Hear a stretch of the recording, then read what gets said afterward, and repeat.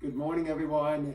An area that I think is really important that we put some emphasis on, that kind of like the ankle and the toe we talked about the other day, is as we get older, we tend to lose range of motion in our hands, our fingers, and our wrists. Like the ability just to be able to bring your finger near 90 degrees even gets lost, and going through all your fingers really important, and especially the wrist and having range of motion in all directions, because if not, then because think about where the muscles are coming from. So like the tendons that are connecting to the bone, and then the muscle that's coming up through the elbow. Now if we lack that, then we start to end up with issues in our elbows, and then that starts to translate up to our shoulders, because in order for me to put my hand somewhere and to grab something, if I'm lacking range of motion, like if I can't get my wrist up,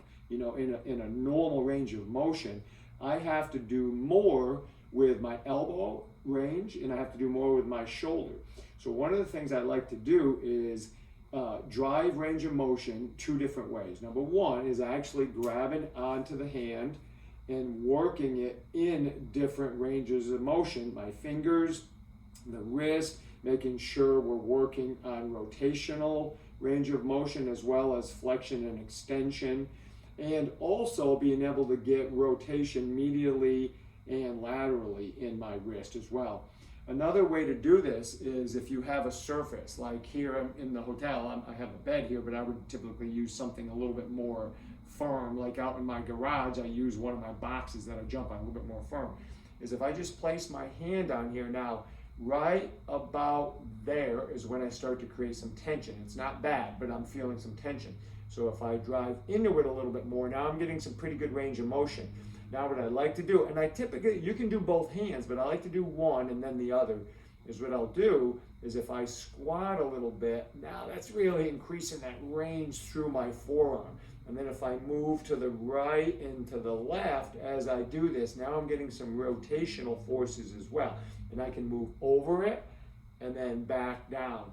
Now what that does is that really increases, like I'm feeling it in my fingers, I'm feeling it in my palm, certainly in the wrist, but all the way up through my forearm. And if I have any tension, especially on the medial part of my elbow or lateral part, I can really start to work on that. Now I can take it from a supinated position like this, and I can pronate it, and I can put my hand down this way. Now it's much more sensitive, and you got to be careful this way, okay? But I can do the same thing. I just lock my wrist in position or my hand in position, and I'll do some easy squats.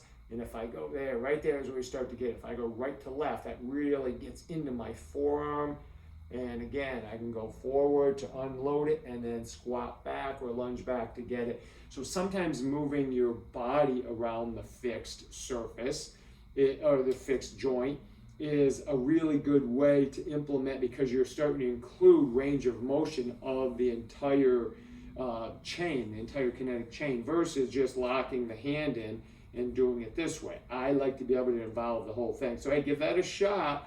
Again, some of these exercises may seem really basic, but we forget about these. And these are the things that we end up, if we want to enjoy playing tennis or pickleball or other racket sports, or maybe we like to play softball or whatever, and our wrists and our forearms start to get sore, and then we end up with tendonitis, and then we can't play. Well, if we take care of these range of motions and strengthening of the smaller areas that we don't typically think about, we can enjoy life a lot better. So hey, enjoy that, guys, and we'll see you again. Thanks.